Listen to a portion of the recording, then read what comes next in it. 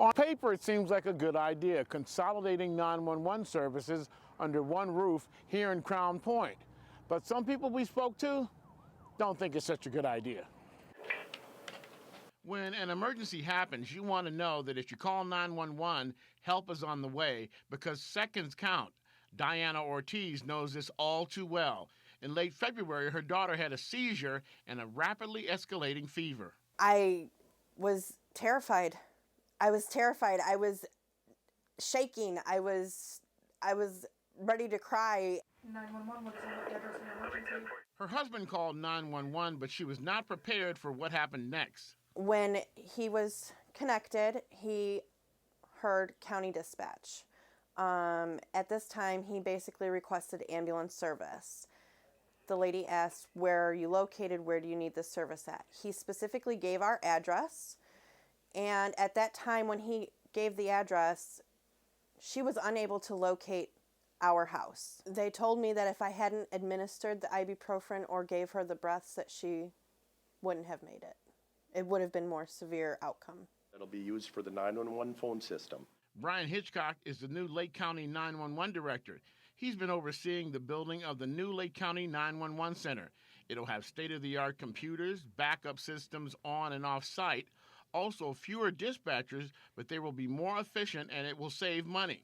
He says consolidation is the solution to stopping the transferring of 911 calls at a time when people urgently need help.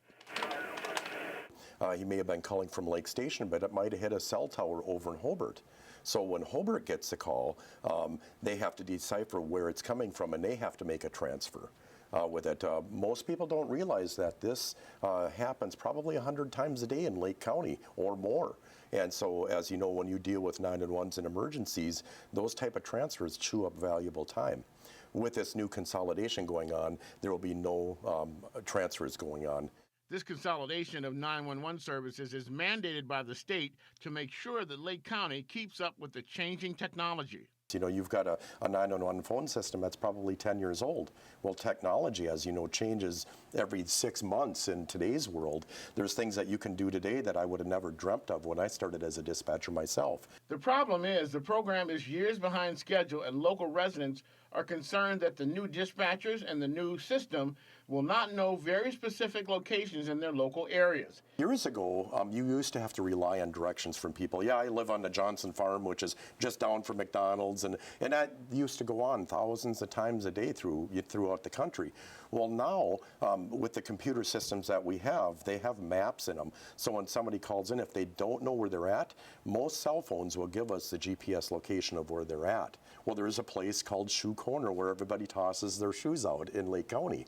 We have that programmed into the system. So if somebody calls us up on a traffic accident on Shoe Corner, we know where it's at. Dana Ortiz and Kim Robinson are not alone. She runs a Facebook page called People for Change, A Better Tomorrow, Lake Station and Beyond. She has about 900 members, and they want Lake County officials to listen to their concerns. The thing is, with our local dispatchers, if someone calls and says, I'm at the pit and we're drowning, we would know where that is. I know where that is. Does somebody in Crown Point know where that is if they didn't grow up here? There should have been no delay. There shouldn't have been a question. There shouldn't have been a reason to have to repeat. There shouldn't have been a reason to give cross intersections.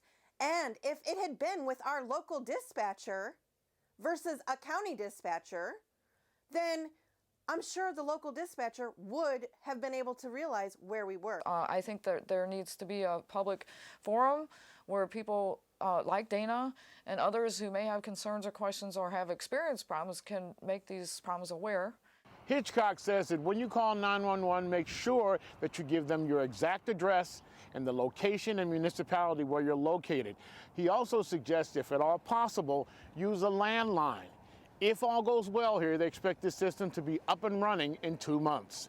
In Crown Point, Stephen Lattimore, Lakeshore Report.